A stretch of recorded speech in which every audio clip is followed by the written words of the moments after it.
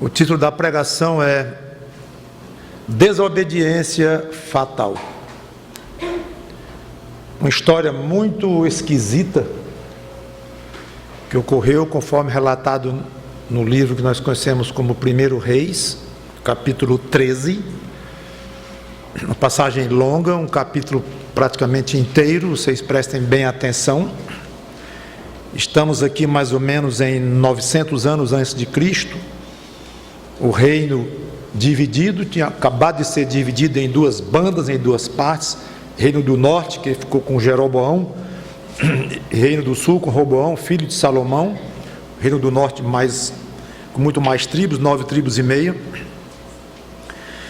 E Jeroboão era o que tornou-se o rei desta parte do norte, que se rebelou contra o restante. Era um homem idólatra, e ele vai ser envolvido aqui nesta história. Quando falar aqui em Josias, o rei Josias, que vai ser alvo de uma profecia aqui, que será cumprida 350 anos depois disto. Então, é uma história interessante e o final não é muito feliz, não. Também, desobediência fatal não poderia ser feliz, de fato, uma história assim. 1 Reis, capítulo 13, versículos 1 em diante. Diz assim: Eis que, por ordem do Senhor, veio de Judá a Betel um homem de Deus. E Jeroboão, o tal do rei idólatra, estava junto ao altar para queimar incenso.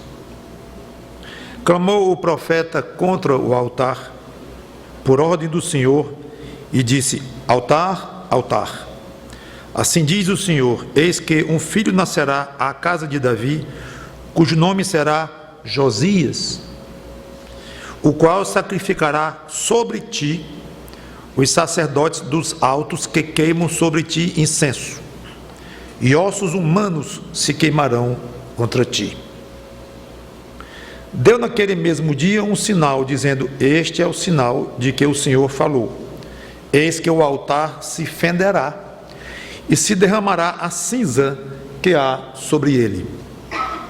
Tendo o rei ouvido as palavras do homem de Deus que clamara contra o altar de Betel, Jeroboão estendeu a mão de sobre o altar, dizendo: Prendei-o. Mas a mão que estendera contra o homem de Deus secou e não a podia recolher. O altar se fendeu e a cinza se derramou do altar, segundo o sinal que o homem de Deus apontara por ordem do Senhor.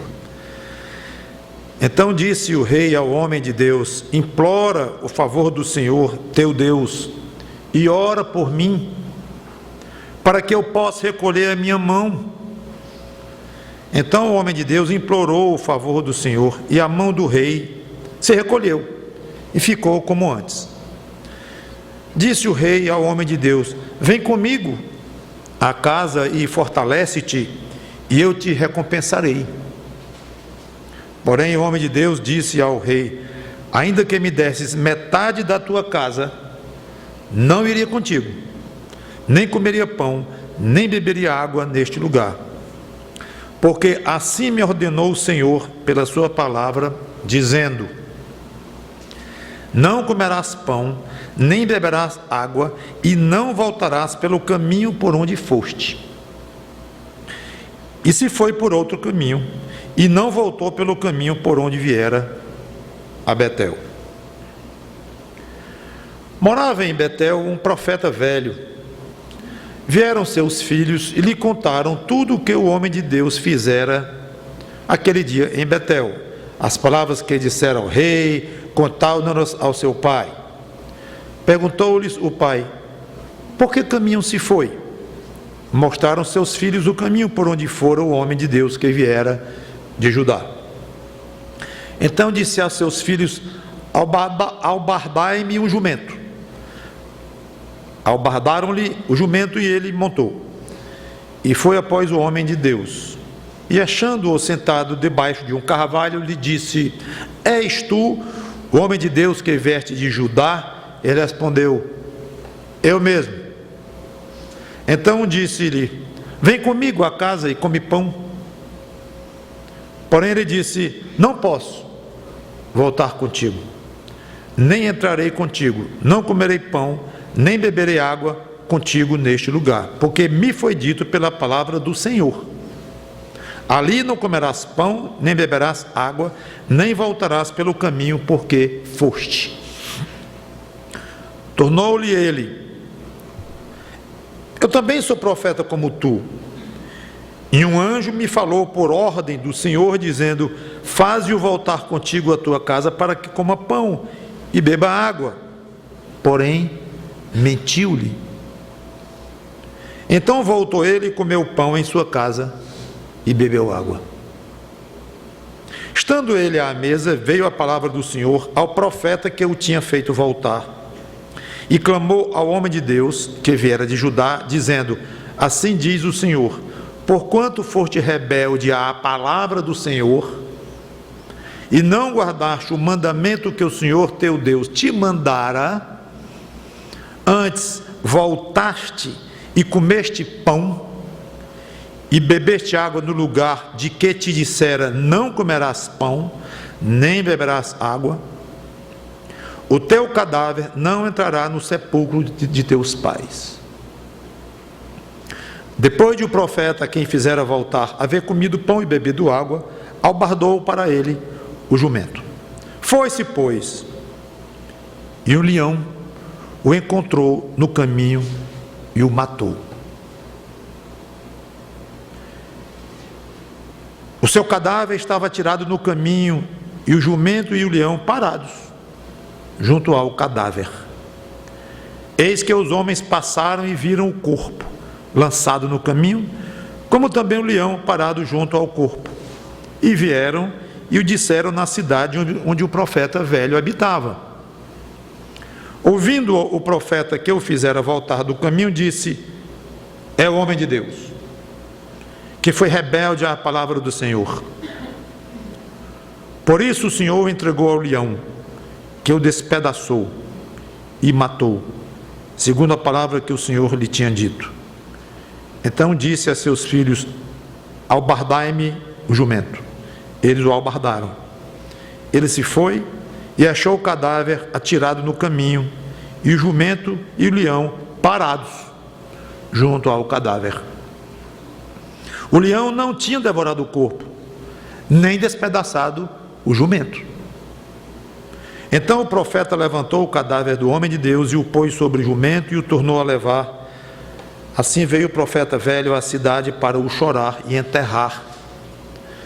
Depositou o cadáver no seu próprio sepulcro e o prantearam, dizendo: Ah, irmão meu.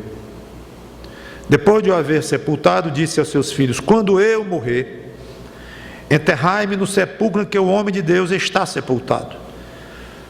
Ponde os meus ossos junto aos ossos dele, porque certamente se cumprirá o que por ordem do Senhor ele clamou contra o altar que está em Betel e contra todas as casas dos altos que estão nas cidades de Samaria. Vamos orar. Obrigado, Senhor Deus, por este trecho da tua palavra, um pouco estranho, diferente, e que tenhamos a sabedoria de aprender o que devemos dessa história, aprender à luz da Bíblia, à luz dos princípios que tu revelaste ali na tua palavra.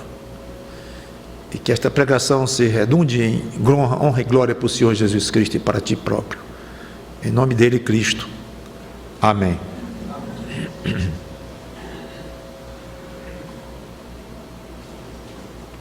A história começa com um profeta que não sabemos o nome, que veio de Judá, assim era chamado o Reino do Sul, por ordem de Deus, direta. E ele veio, exerceu a sua atividade, tudo indica de uma maneira muito... Tudo indica não, obviamente, de uma maneira muito correta, muito clara, sem deixar dúvidas a que viera, poderoso ele fez uma profecia detalhada, citando o nome do rei, no caso Josias, que viria 350 anos depois para aquele mesmo local e iria sacrificar ossos humanos naquele altar. Então, uma profecia de quase 4 séculos para ser cumprida, e com o detalhe do nome e de onde ele tinha vindo, de Judá. 2 milagres em pouco tempo o homem de Deus fez ali. Corajoso, porque se opôs ao rei. Fiel a Deus, fez o seu trabalho de maneira perfeita e volta para casa como Deus mandou. Não coma, não beba ali em Betel, e volte por outro caminho. O motivo disso não sabemos exatamente, talvez para não haver comunhão dele ali naquele lugar tão degenerado espiritualmente. O fato é que Deus mandou, e ele faz como Deus ordenou. Aí entra em cena um outro profeta que causa estranheza à existência dele. Inclusive os autores, estudiosos bíblicos, eles até discutem um pouco entre si. Uns acham que era um falso profeta, o outro, o velho, que mentiu, e que não era profeta de Deus coisa nenhuma. Mas a maioria acha que era um profeta de Deus, sim, num ponto baixíssimo da sua vida. Minha tendência é ir por esse caminho, porque não há nenhuma indicação que ele não era de fato um profeta de Deus. Inclusive Deus falou através dele, na casa dele próprio, como nós vamos ver. Ora, velho, talvez sem atividade, morando no último lugar que se esperava para um homem que servia a Deus morar, que era... Jeroboão instalou 2 centros de idolatria, um ao norte, que era na cidade de Dan, e outro ao sul da região que foi tida como o reino do norte, que era Betel. Então esse Jeroboão fez da cabeça dele 2 lugares sagrados, que não era para fazer nenhum, porque o lugar sagrado que tinha em Israel era apenas Jerusalém, que tinha ficado lá no reino do norte. Mas Jeroboão revoltou-se contra Roboão, criou esse reino, não criou, mas iniciou-se então nesse reino, e estabeleceu da cabeça dele 2 pontos de idolatria e de adoração. Nomeou sacerdotes da cabeça dele, e fez tudo do jeito dele, de uma maneira absurdamente idólatra, arrogante contra Deus. Então estava esse velho profeta com a família, porque fala dos filhos dele, morando lá neste antro de idolatria que era Betel. Pela segunda vez, o homem de Deus foi fiel. Quando chegou o profeta velho, mandou os filhos aprontarem o jumento, chegou até ele, encontrou debaixo de um carvalho e disse: vamos comer comigo, vamos lá em casa. E ele disse: não vou, não posso ir, Deus proibiu de eu comer ou beber aqui. Obviamente ele estava descansando antes de continuar o retorno de volta para casa, no sul, de onde ele viera. A primeira vez, talvez tenha sido mais fácil ele resistir, porque foi o rei convidando. Quando o rei, ele disse que aquele altar seria alvo de um sacrifício humano por parte de Josias, muito tempo depois, e que ia dar um sinal de que o altar seria fendido no meio. Então, neste momento, o rei estendeu a mão para ele, vocês viram a história, e a mão do rei se secou, de alguma forma mirrou, e ficou sem movimento, absolutamente paralítica. E o rei se apavorou, claro, e de arrogante, de ter mandado prender o profeta, tanto que ele apontou para o profeta dizendo: prendei-o. Nesse momento o braço dele ficou paralisado. Ele apavorou-se e pediu ao profeta: por favor, implora a Deus. Ficou crente de repente, né? Creu em Deus rapidamente, e resolveu ser humilde de repente. Que coisa, para você ver como é fácil as pessoas recorrerem a Deus de uma maneira errada, por puro egoísmo, por pura necessidade pessoal. O fato é que o homem de Deus interferiu diante de Deus, Deus curou a mão do rei, que voltou a ser como antes, ele recolheu a sua mão, aí ficou todo satisfeito com o profeta, convidou o profeta para ir na casa dele, no palácio dele, para comer lá, queria pagar o profeta, recompensar com bens, ou seja lá com o que fosse, e o profeta, de uma maneira muito corajosa, firme até seca, disse talvez mais do que seria necessário. Poderia ter dito: não vou. Não, você pode me dar metade de tudo que você tem, eu não vou de jeito nenhum. Ele foi muito duro com o próprio rei, de maneira bonita, mostrando uma fidelidade. Então ele passou na primeira prova, voltou para casa do jeito que Deus mandou. Aí agora vem um colega velho, mais velho do que ele, se dizendo profeta também, pelo que a Bíblia diz, era. A Bíblia não dá a entender que era um falso profeta. Vamos comer comigo. Ele diz: não posso, porque Deus me disse para não fazer isto. Aí vem o outro e mente, engana, dizendo: não, mas um anjo de Deus mandou me dizer que tu podes ir. Eu quero duas observações aqui fazer. Primeira, um tanto quanto óbvia, o perigo de ser enganado por alguém que se diz crente, falando coisas de Deus. Quando eu falo assim, se diz crente, pode ser e pode não ser. Se diz, pode ser corretamente, ou se diz erroneamente, não importa. Em outras palavras, o perigo de ser enganado por qualquer pessoa, crente, ou claro que no caso de crente, de se dizer crente é mais complicado, porque a pessoa tende a dar mais crédito a alguém que se diz crente, que conhece a Bíblia e tudo. O perigo de ser enganado por pessoas falando coisas de Deus, ou em nome de Deus. Este é um problema que não é pequeno na nossa vida. Até que ponto nós vamos considerar o que dizem para nós, coisas, sei lá, religiosas, espirituais, até que ponto aquilo é de Deus? E até que ponto não é de Deus? Isso não é problema pequeno, não.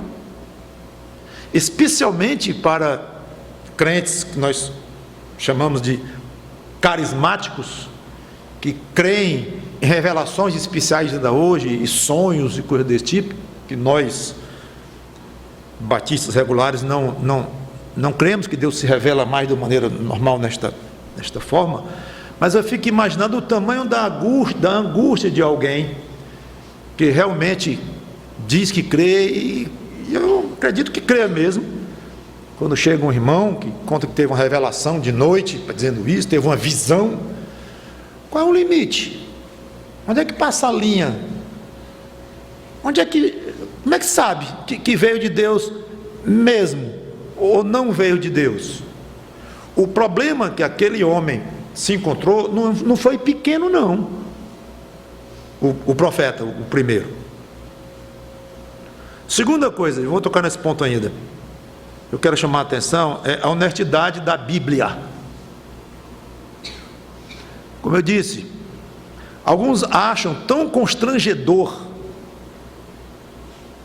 dizer que um profeta mentiu para o outro e causou a morte do outro, que talvez acham melhor dizer: não, ele não era profeta, não.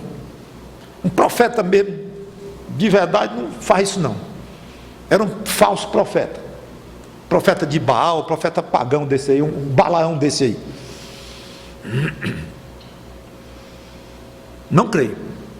A Bíblia, eu não brigo por isto, mas penso que o que se trata aqui é de uma revelação muito honesta, corajosa das Escrituras, que obviamente teriam de ser assim, uma vez que vem de Deus. Sempre é bom lembrar que os profetas eram homens como nós, sujeitos às mesmas fraquezas. A diferença, sabe qual é? É que quando falavam em nome de Deus, ou da parte de Deus, falavam mesmo, eles não erravam, porque eles estavam debaixo de um espírito de profecia, que o Espírito Santo tomava conta deles, e eles então falavam coisas inerrantes, porque vinham diretamente de Deus. E obviamente era de se esperar, e a maioria era de fato homens que tinham mais contato com Deus, e tinham mais comunhão com Deus, recebiam revelações de Deus. É de se esperar que eram homens, vamos dizer, apropriadamente em condições de exercer uma liderança espiritual e coisa assim, sem dúvida. Mas não eram homens intocáveis, não eram homens que nós devemos nos chocar quando lembramos que errou, que pecou, que mentiu. Eram homens como nós, sujeitos aos mesmos sentimentos. Então o profeta aqui comete um pecado gravíssimo, mentindo, usando o nome de Deus e tentando enganar um colega em plena missão. Aliás, já no final da sua missão, no final, a missão perfeita. Por que ele fez isso? Aquele homem de Deus, se de fato, o profeta, se era de fato um profeta mesmo. Não sei, a Bíblia não diz. Duas sugestões, talvez a mais simples e obviamente a mais condescendente com ele. Ele queria ver um colega mais novo, estava ali velho, num lugar totalmente estranho como Betel, não tinha lugar para um profeta de Deus ali, e teria o prazer de oferecer um almoço, uma comida para o colega. Queria ouvir dos filhos dele o que o profeta tinha feito há pouco tempo, naquele mesmo dia, lá em Betel, lá na frente do rei. E ele disse que o altar ia se fender, e se fendeu mesmo, e o rei apontou para ele, e ficou com a mão paralítica, e ele tirou a paralisia da mão do homem orando a Deus. Aí o profeta ficou animadíssimo, provavelmente, em conhecer esse outro colega mais novo, mas estava frio espiritualmente, é uma suposição, totalmente contaminado com a idolatria de Betel, onde ele estava morando, com consciência endurecida, e não se importou em mentir para conseguir o que ele queria. Talvez foi isso que humanamente falando é o mais, o outro humanamente falando também é razoável, os dois são bem razoáveis. Sei, talvez não se tocou com as consequências que poderiam vir sobre o colega, coitado, e sobre ele próprio, depois, óbvio. Que ele mentiu, a Bíblia diz claramente. Então, que ele estava frio espiritualmente, estava. Não tivesse, não teria feito isso. Que ele estava deslocado, um profeta de Deus, no reino do norte, onde Jeroboão estava ali fazendo das suas, em termos de idolatrias, na cidade de Betel, pertinho de onde o rei estava. Tudo isso é fato, não é suposição. A suposição é o porquê que ele fez isso. Talvez só para ter comunhão com o homem, o jovem. Seja como for, a frieza espiritual, que é evidente que esse velho profeta estava vítima disto, ela lentamente endurece a consciência.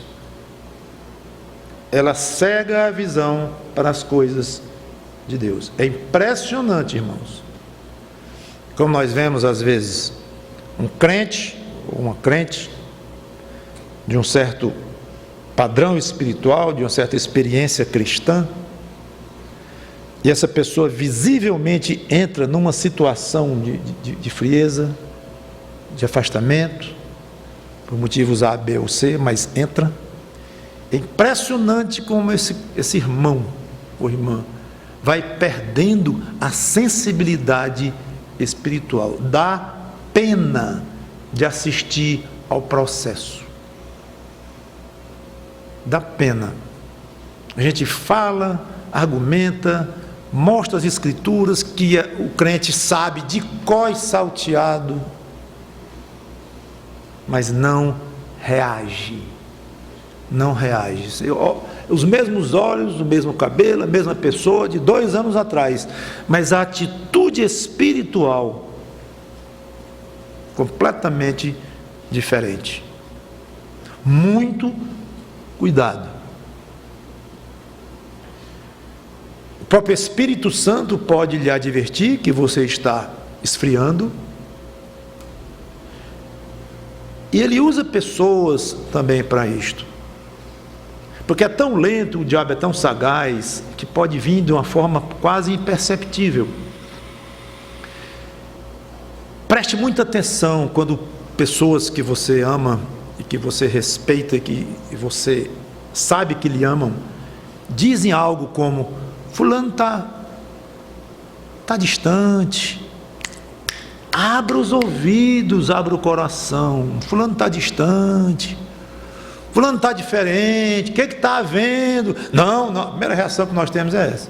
Não, nada, está tudo bem. É só impressão. Eu passei porque eu ando com umas crises aí de virose e sei lá o quê. Mas está tudo bem. Tá. Cuidado quando pessoas disserem para você: você anda meio diferente. Esse diferente quer dizer piorando. O que está acontecendo com você? Preste atenção. Preste atenção. A segunda possibilidade com relação a esse profeta, simplesmente invejoso. Morreu de inveja. Quando os filhos dele chegaram: papai, tu não sabe, lá em Betel chegou um homem, um profeta lá de Judá, e foi fantástico. Fez uma profecia que um homem chamado Josias iria sacrificar naquele mesmo altar. Disse que o altar ia se fender em 2. O rei apontou para ele, mandando prender. Ele botou o homem paralítico, depois reverteu. Aí o altar se fendeu na hora, na frente de todo mundo ali. Fantástico. Aí o rei enlouqueceu por ele, papai, e convidou o homem para ir para a casa do rei e para comer com o rei. E o rei queria dar coisa para o homem, e ele não quis de jeito nenhum. E o rei e o profeta pode ter ficado com ciúme, com inveja. Eu vou pegar esse camarada? Não sei. É uma segunda possibilidade, em que ele fez consciente. Quer dizer, consciente ele fez, mas o propósito pelo que ele fez: simplesmente frio espiritualmente, mentiu porque queria que levasse o homem para a casa dele, sem grandes considerações além disto. Como eu falei, é mais condescendente com ele, embora estivesse muito ruim espiritualmente. Segunda, um homem que estava tão ruim, que deixou-se envenenar pela inveja e resolveu mesmo prejudicar o ministério do outro, que estava num sucesso. Claro, o homem brilhou intensamente naquele dia, diante do rei. Seja como for, com fome, com sede, cansado, esgotado, não é fácil você enfrentar um rei e depois fazer um milagre contra, depois a favor dele, e outro milagre. Tudo que ele fez ali devia estar esgotado, se sentindo muito frágil. E a pergunta que vem à mente é: ele vai? Homem de Deus, vai? Vai cair nessa? E a resposta nós já vimos: sim, ele foi. Ele caiu nessa. A situação é clara. Primeiro, recebeu uma ordem direta de Deus: não come, não beba, não coma, não beba aqui, e volte por outro caminho. Pronto. Ordem de Deus. Depois um outro profeta desconhecido chegou lá no jumento. Ele estava descansando embaixo da figueira. Chegou outro no jumento e disse: sou profeta como tu. Se auto-identificou, apesar de, como já comentei, parece que era mesmo, que a Bíblia assim não dá a entender que ele não era, mas o fato é que ele se auto-identificou. Diz que recebeu uma ordem de um anjo de Deus, dizendo só o contrário: pode beber e comer. Uma encruzilhada terrível que aquele homem se sentiu. Se sentiu não, estava Não era um impasse difícil de resolver, porém,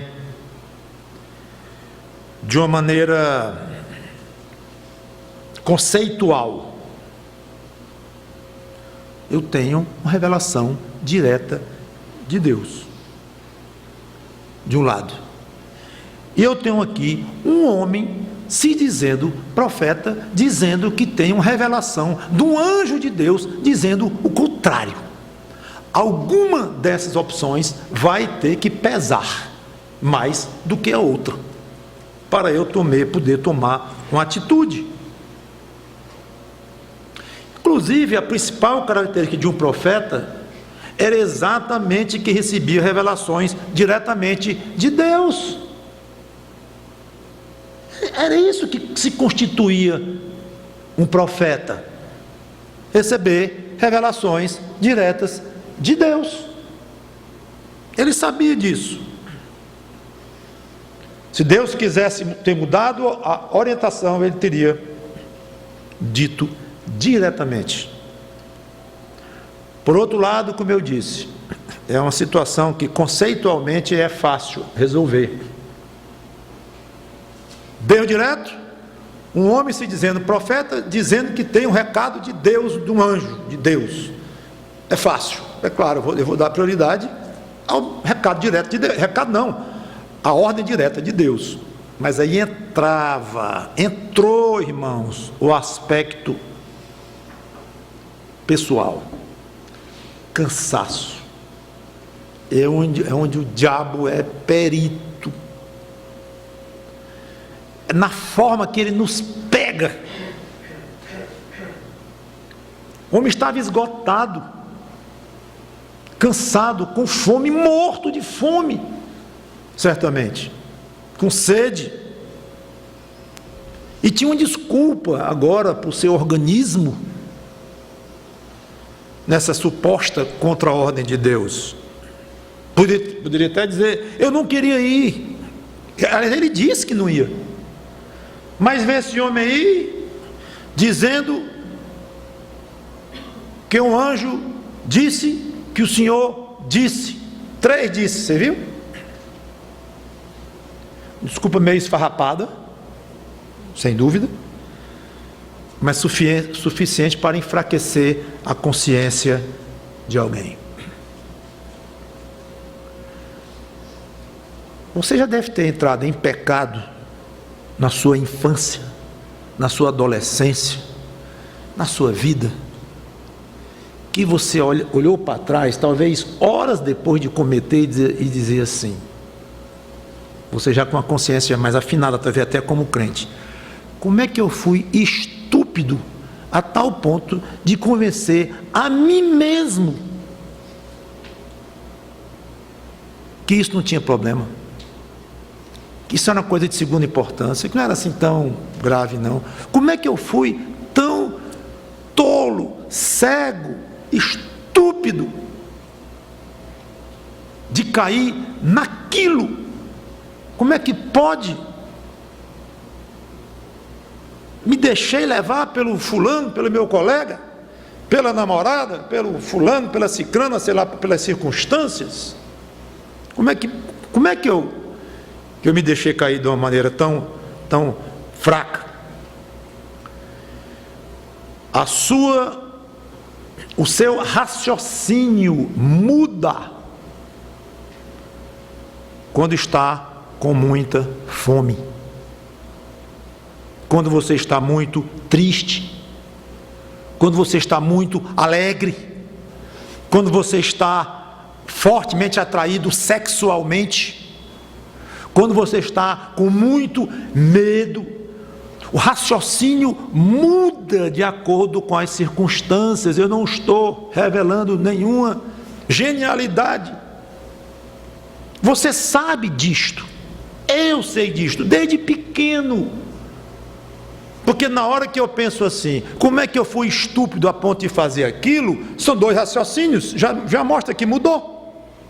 Eu estava com raciocínio antes de cometer um erro ou um pecado, agora eu estou com outro.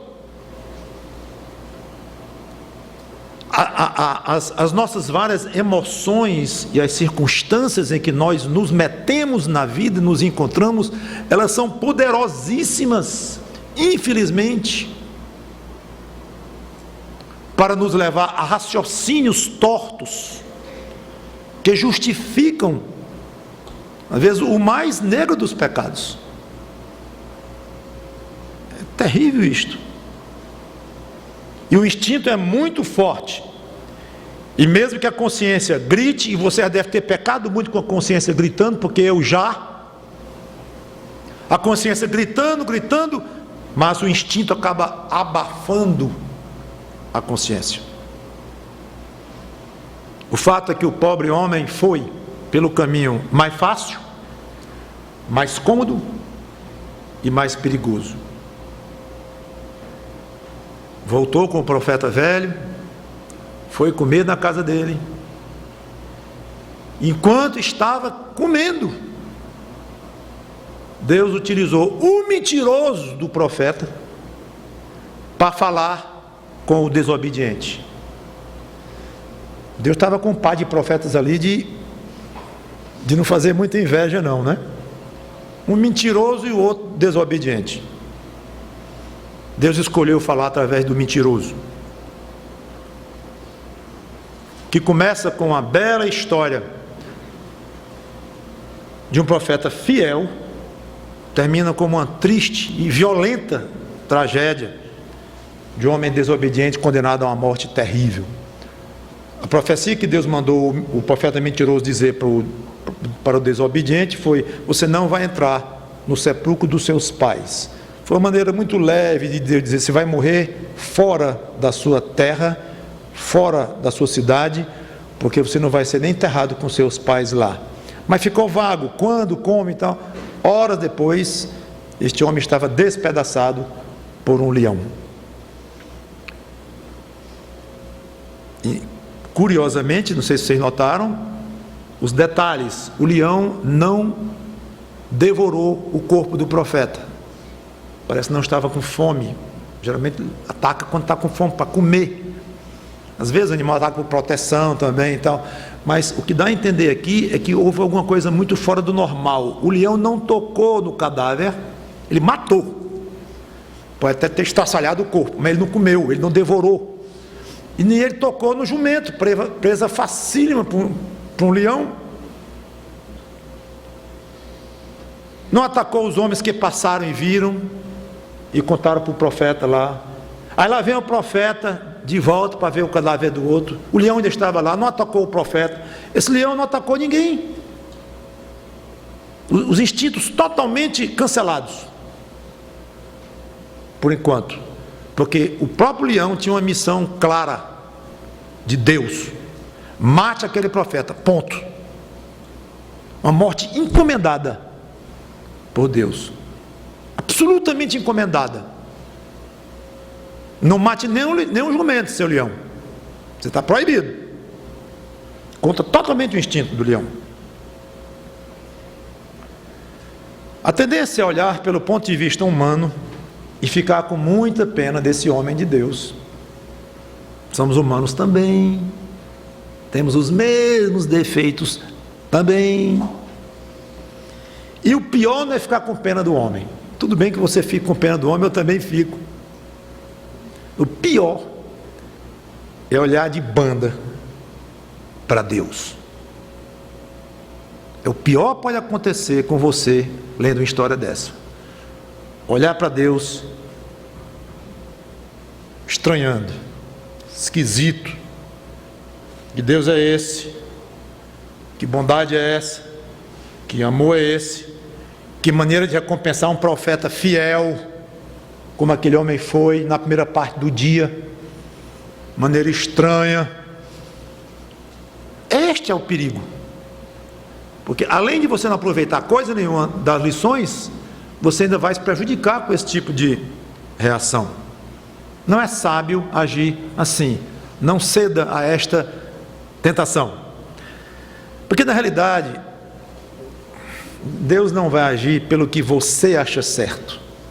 Eu sei que você é muito importante, Eu sei que você provavelmente é a pessoa mais importante desta sala, sem dúvida. Alguém tem dúvida que você é a pessoa mais importante dessa sala? Que sala? Desta cidade. Vamos colocar logo o país inteiro, tirando alguns políticos aí megalomaníacos. Talvez você ache que seja a pessoa mais importante, mais especial, sei lá. Sendo ou não, lamento muito, Deus não vai agir de acordo com o que você acha razoável, nem está muito preocupado com o que você vai interpretar os caminhos dele. Talvez muito mais sábio é você pensar assim: ora, eu acho que se alguém tem que compreender o caminho de outro, sou eu.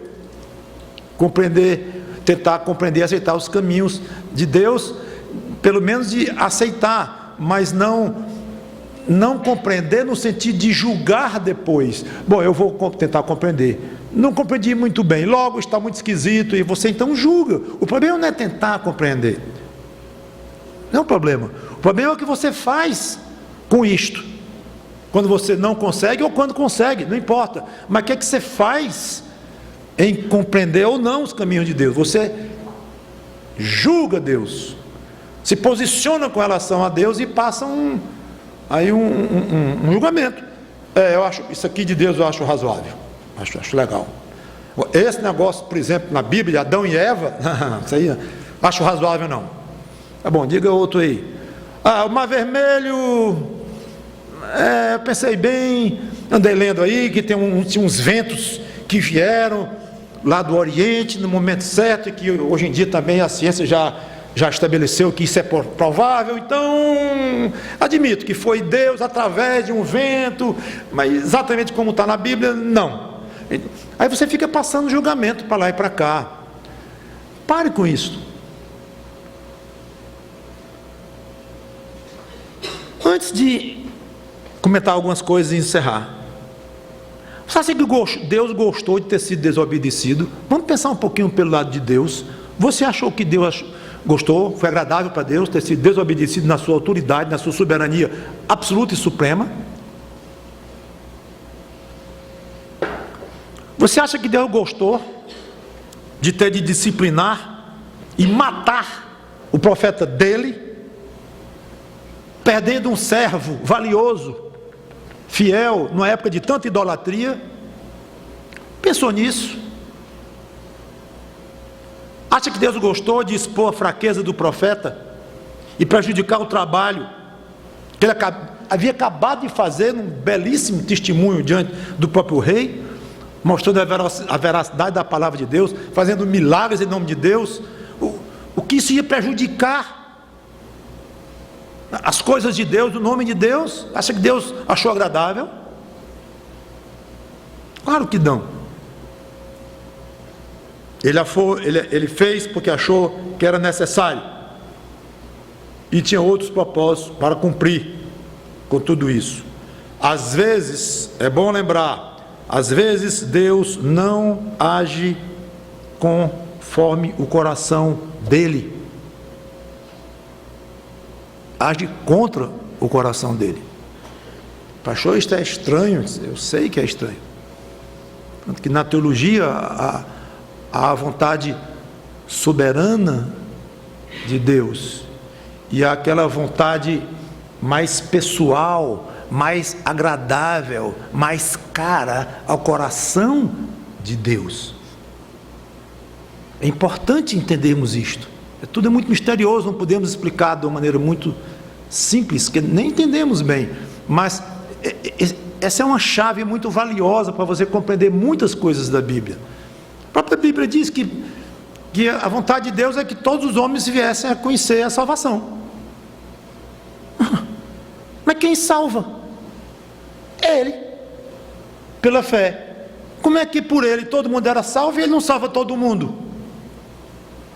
São vontades de Deus que nós temos que saber que existem, não entender perfeitamente, não podemos compreender, mas aceitar que Deus decidiu agir algumas vezes contra o coração dele próprio. Agora, nunca, em momento algum, se abre a possibilidade de Deus agir ou permitir que alguém haja contra a vontade soberana dele, que ele determinou que seria daquela forma, e alguém dizer que não é, ou ele próprio depois de voltar atrás. Não, ele é imutável, e ele é soberano, ele faz o que ele quer, mas às vezes o que ele quer não é exatamente o coração dele. Só um pequeno exemplo e você talvez vai compreender melhor. Você gosta de bater no seu filho?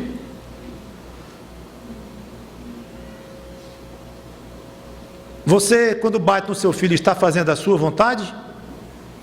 Como pai ou como mãe? Está e não está. Você está fazendo a sua vontade. Não tem ninguém com 38 na sua cabeça, obrigando você a dar uma pisa no menino. Você fez de livre e espontânea vontade. Você fez e bateu no menino porque precisava. Então você fez com ela a favor da sua vontade. Foi. Você estava gostando? Não. Gostando não. Opa. Então tem uma segunda vontade aí que você passou por cima. Tem. A vontade gostosa do seu coração era bater naquele menino e ver as lágrimas descendo e ele gritando: não, é horrível, só eu sei como dói. Então você queria ou você não queria?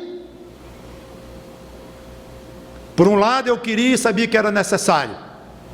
Por outro lado não era gostoso ao meu coração, mas eu agi contra o meu próprio coração porque tinha algo maior. Pronto, é mais ou menos isso, de uma maneira muito superior, que nós não entendemos bem, que se passa com o nosso Deus. Então quando você vê Deus dizendo assim: um leão vai lhe matar, você não vai ser enterrado no sepulcro dos seus pais, e manda o leão matá-lo, Deus não fez aquilo com um coração alegre. É diferente. Mas ele fez, ele achou que devia fazer. Muito bem.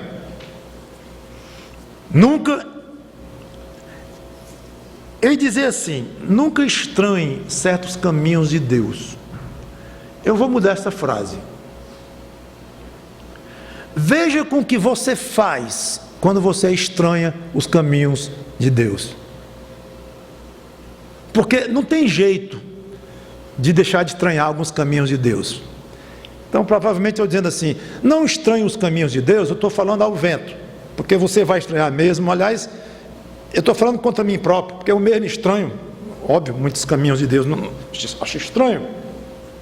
Então o ponto não é o crente estranhar os caminhos de Deus, o ponto é o que fazer com isto. Irmãos, este é o segredo. O que fazer com isto? Primeira coisa que eu sugiro é você corra para os pés dele e diga: Senhor, estou estranhando teus caminhos, estou achando esquisito, e que história estranha, Senhor, não conhecia não, estou achando muito esquisito. Primeira coisa, diga para ele. E confesse: eu confio na tua bondade, confio na tua misericórdia, no teu poder. Posso não entender muito bem todos os detalhes, como é que isso funciona, mas me dá conforto no meu coração, me dá paz, vai me ensinando, mesmo lentamente pelo teu Espírito Santo, não deixa eu ficar longe de ti. E converse com ele, e não seja rebelde, não seja duro, só isso. Mas estranhar, pode estranhar, desde que veja o que você faz. Quero já partir para o encerramento. Eu quero comentar duas coisas ainda. A mentira traz constrangimentos que nós nem imaginamos. Conforme você é uma pessoa, o tamanho do constrangimento do profeta mentiroso, e está comendo com o jovem profeta ali, e ele ser alvo de uma profecia dizendo que o profeta ia ser punido por uma coisa que ele que estava entregando a profecia agora dizendo, deve ter sido muito constrangedor.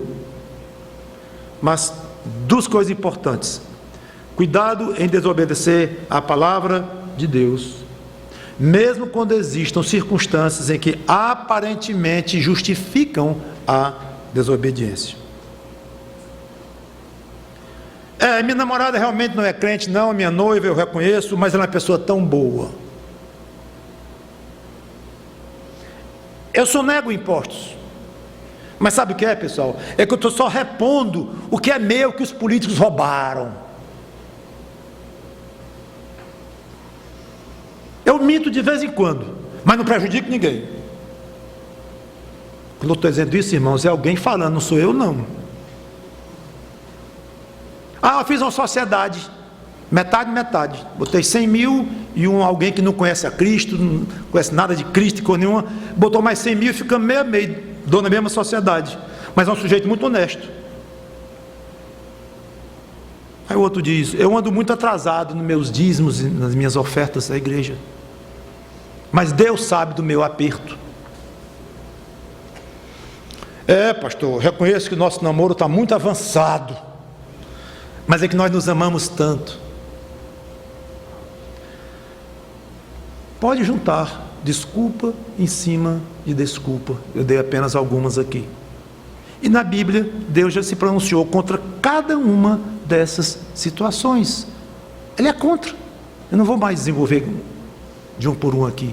Mas tudo que eu falei aqui, dando essas desculpas, as pessoas dão, nós muitas vezes damos, Deus já disse, Ele é contra.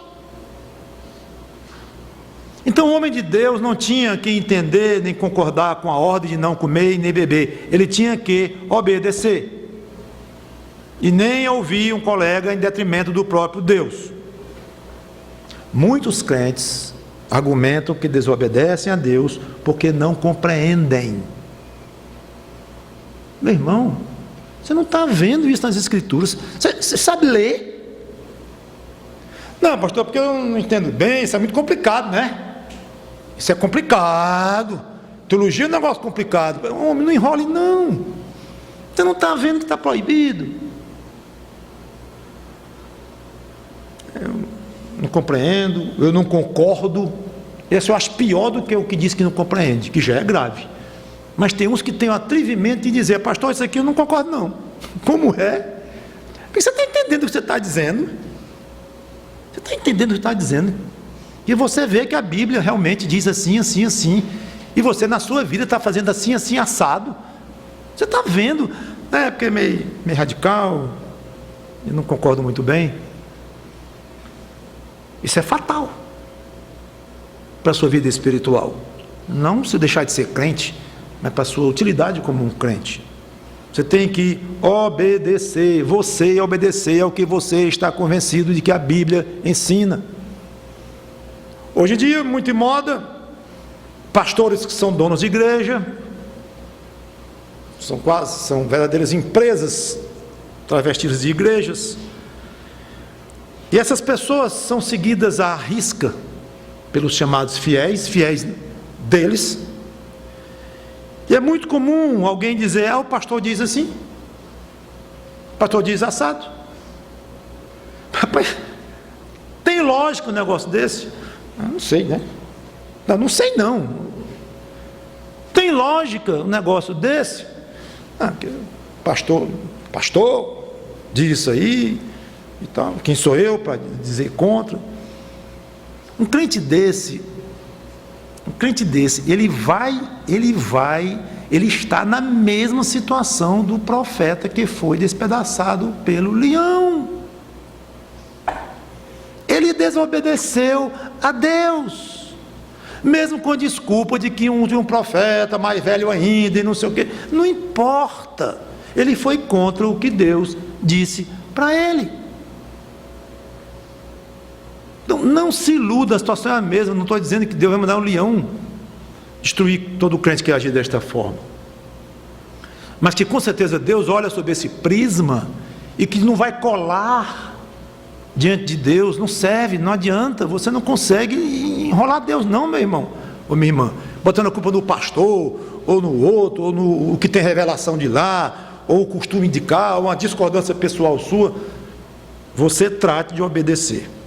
E a segunda e última consequência é que, a segunda lição que eu quero tirar é que por mais firme que o crente esteja, ele pode cair. Há uma passagem que incomoda um pouco, 1 Coríntios 10 e 12, muitos aqui conhecem, que diz assim, 1 Coríntios 10 e 12.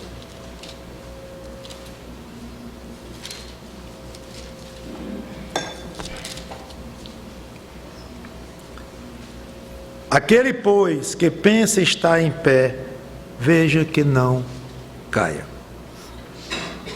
A vida cristã vitoriosa e bênçãos não significam que você está livre de cair. Eu diria o contrário. Quanto mais o crente tem um testemunho forte, mais ele se torna um exemplo no seu lar, no lugar onde ele vive, nas circunstâncias onde ele se encontra, mais ele vai tendo um ministério. Quando eu digo ministério, não tem que ser só o pastor que estou falando, mas um ministério como crente, exposto, à medida que ele vai brilhando como luz do mundo, que é como Cristo exatamente nos quer. Quanto mais o crente vai dando um testemunho bom, mais Deus vai ser exigente com ele, porque a queda deste crente, desta crente, vai trazer um prejuízo maior para o reino de Deus. E ao mesmo tempo mais Satanás irá tentá-lo, terá interesse em derrubá-lo.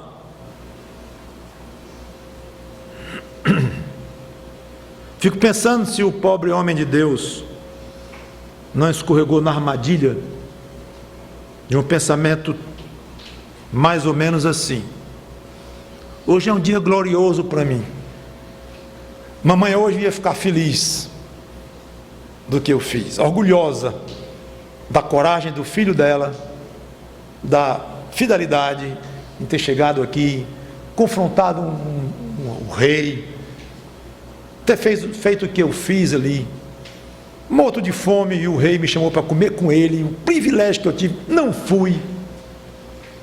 Hoje é um dia especial para mim demais. Fiz 2 milagres, um atrás do outro. Deus fez o meu intermédio, mas por meu intermédio. Sabe de uma coisa? Eu acho que Deus está me dando um prêmio. Deus está me dando um prêmio especial. Ele mudou de ideia. É muito duro o que eu exigi desse filho: não comer, não beber. Não, eu vou voltar atrás. Eu vou dar para ele água e comida, e ainda na casa de um profeta. Então o homem, provavelmente, ele se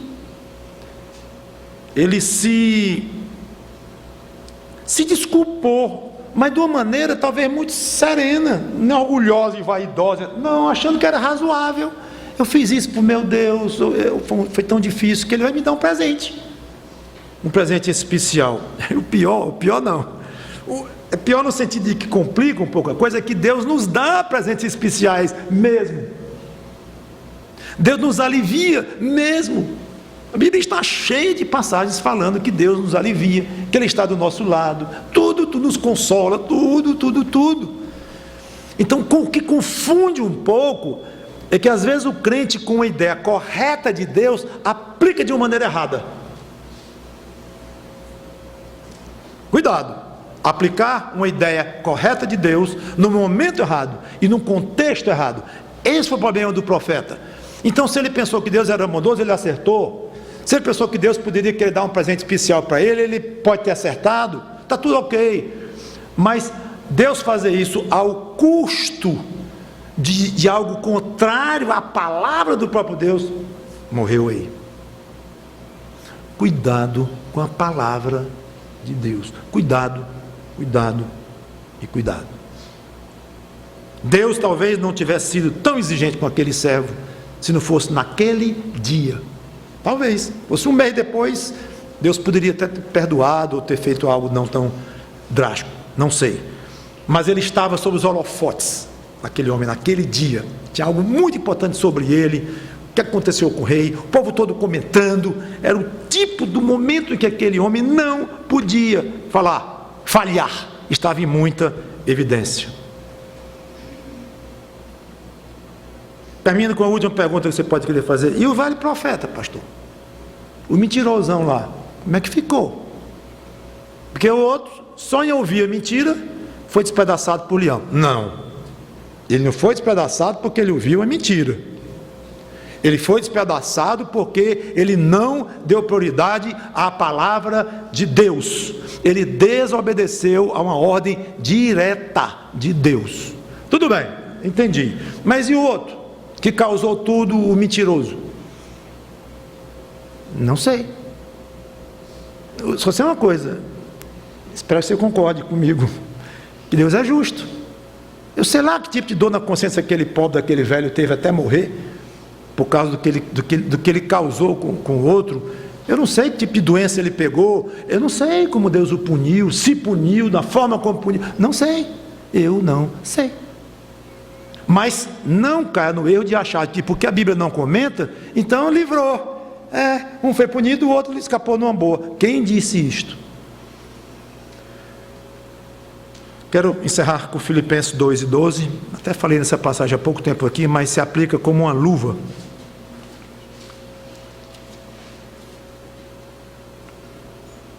Ao nosso caso.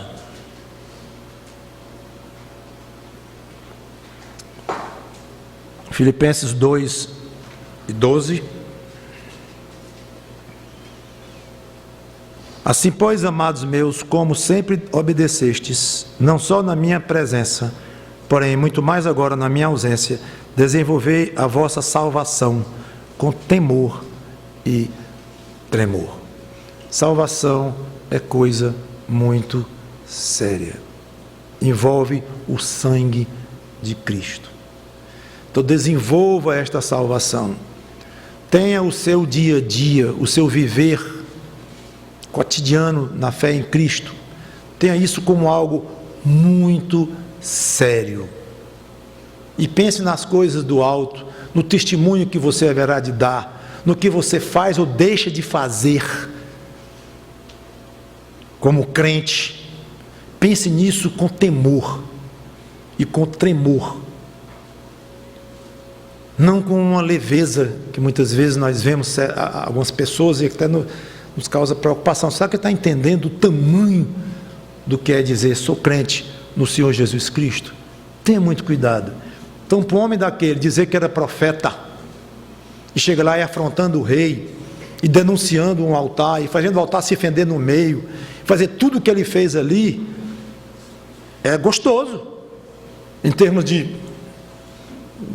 situação pessoal, de prestígio.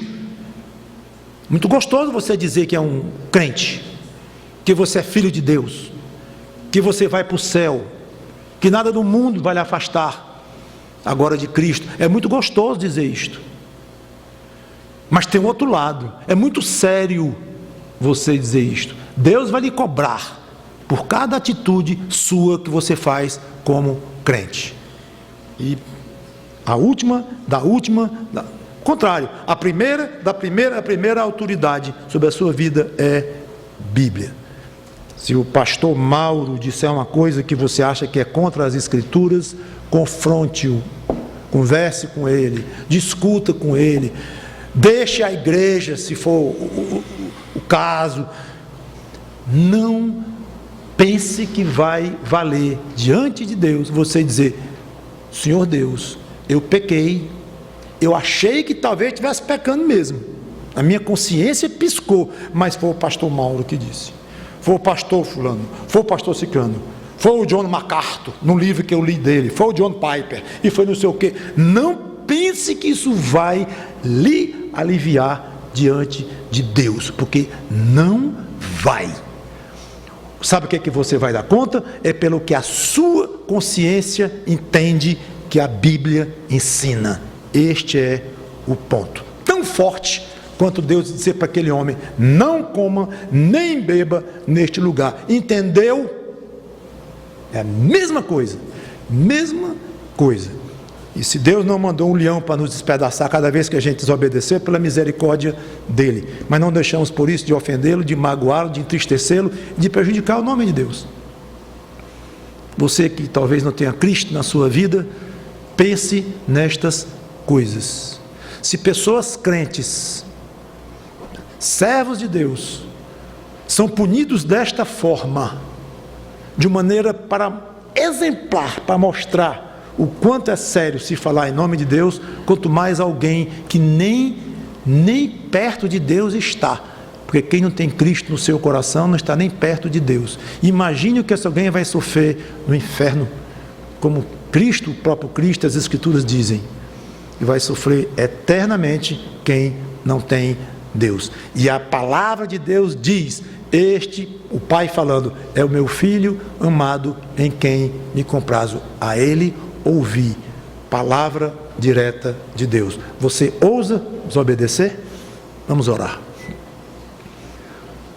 Obrigado, Senhor Deus, pela Tua palavra, que o Teu Espírito Santo aplique-a da maneira como Ele quiser. Em nome do Senhor Jesus Cristo, eu te peço e te agradeço. Amém.